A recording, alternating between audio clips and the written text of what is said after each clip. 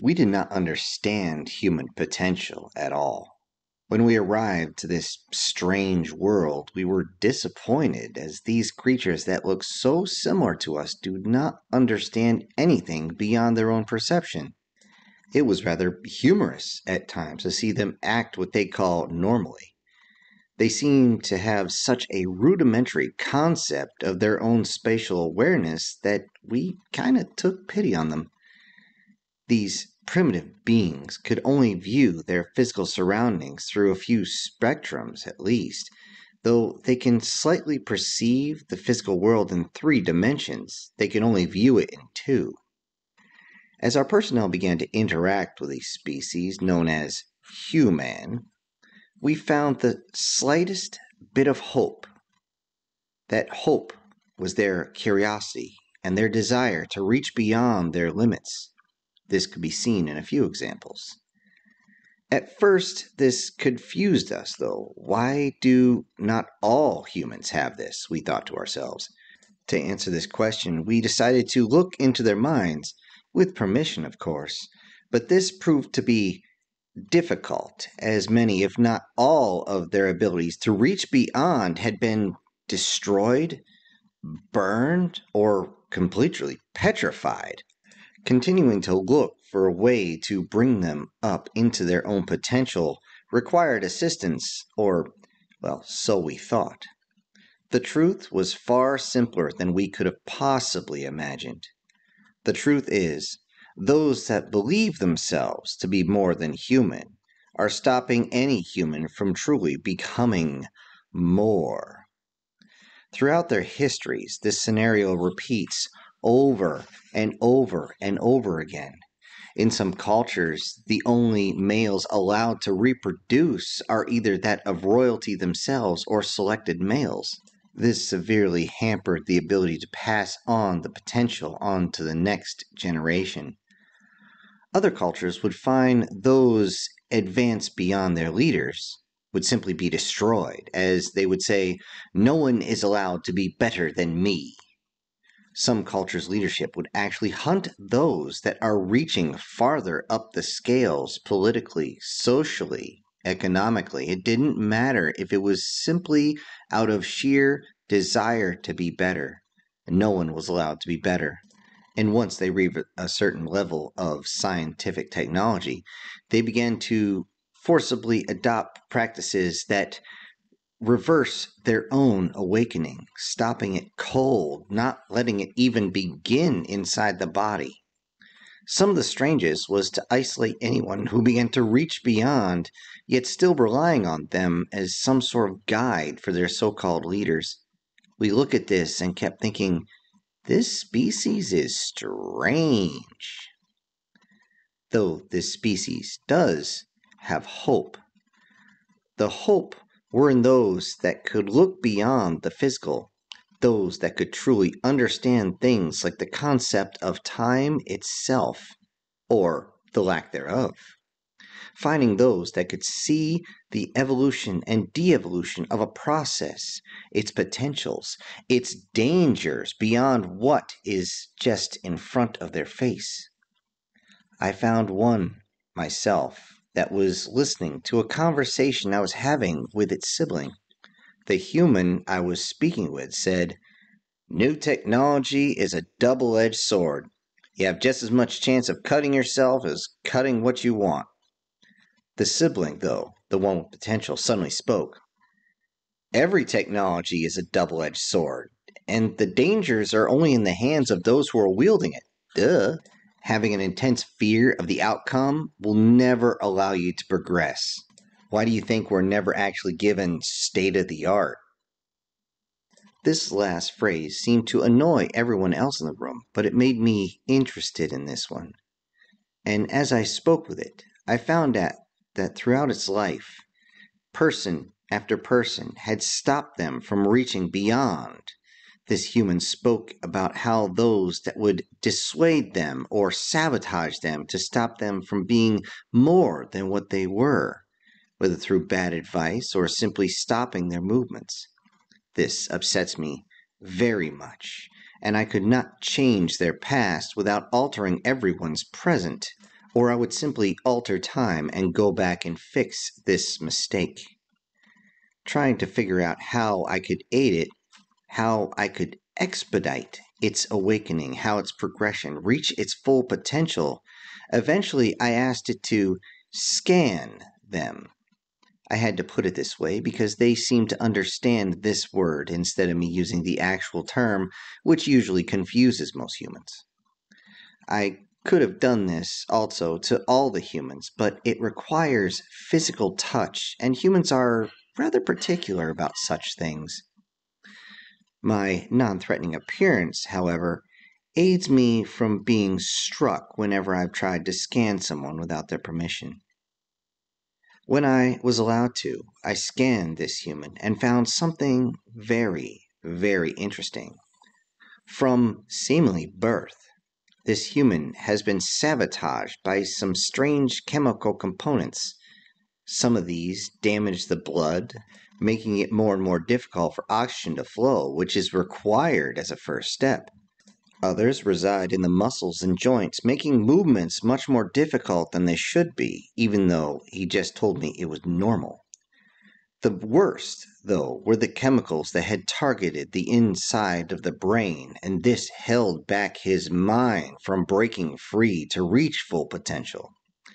I was amazed, and I was surprised that this human had even survived this long to be scanned, considering all the damage that was done.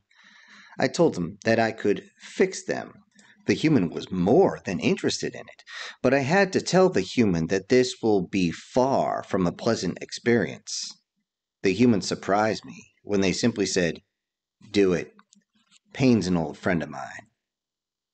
I had, in fact, done this procedure before, at least started it. It seems that most humans are unable to handle the pain that is being caused through this whole procedure. To that end, I asked if there was any signal that they wanted to give to say that we're done, that I should stop, that I should end early. Then he surprised me again and simply said, "When you're done."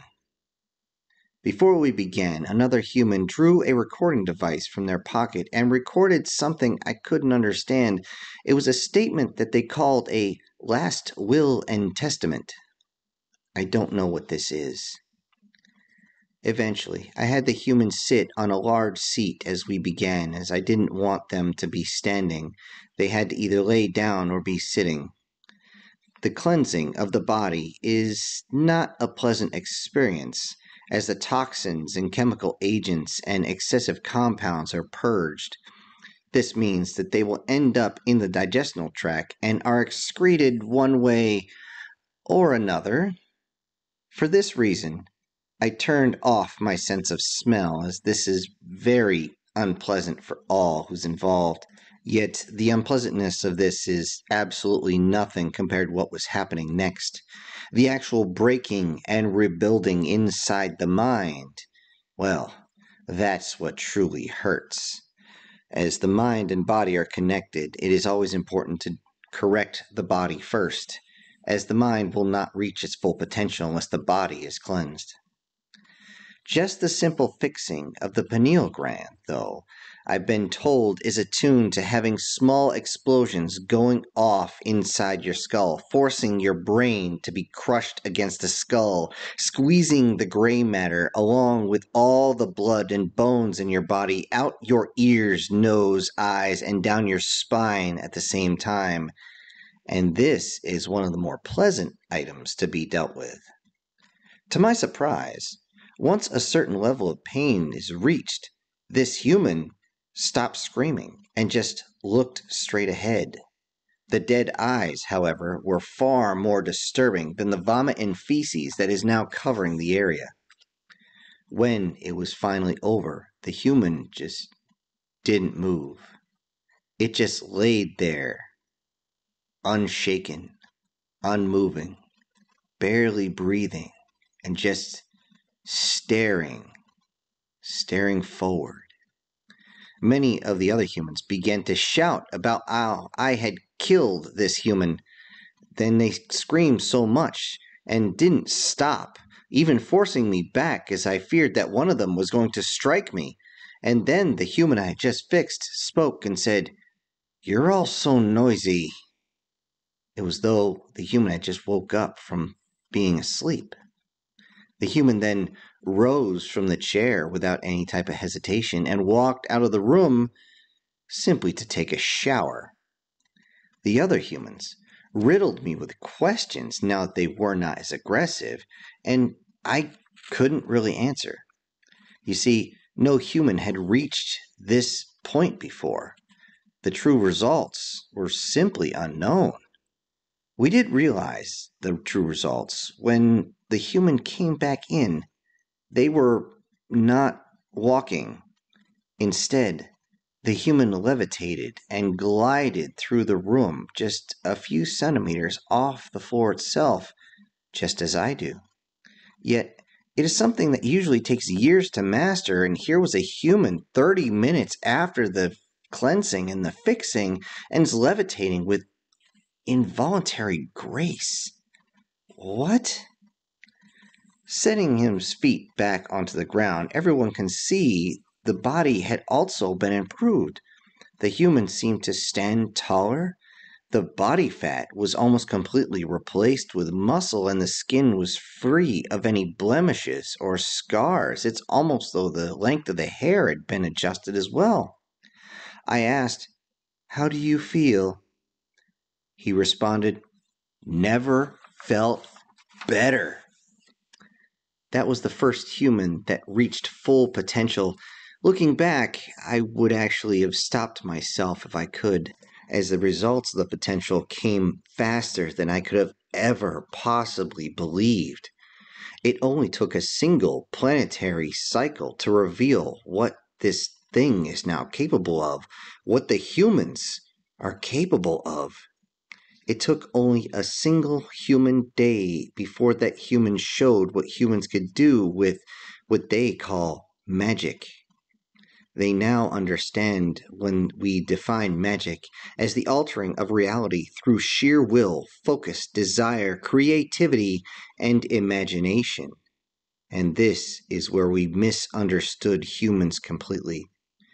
We can do everything required for any type of magic, and that is how we came to this planet as it is.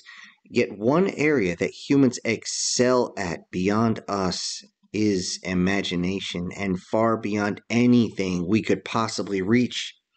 Within a few of the days, the human had created devices out of seemingly nothing to cleanse the body, devices that work much slower than I ever could cleanse, but are far less painful. And now my kind watch, as the human awakening truly begins. We wonder if we could turn back time itself and stop them, but we look at the first one, and he had actually blocked us from doing so. How would he know to do this? How could he possibly figure out every possible scenario that we could possibly ever throw at him? The possibilities are endless. Oh, it's starting to hurt my head. Oh, I don't understand how one human could figure this out. It's almost as though they've been listening to other humans run worst case scenarios. The idea of what non-humans could do and how to defeat them. One human could never think up all this. It is though there's a community of humans that analyze what we could possibly do. But that's not possible, is it?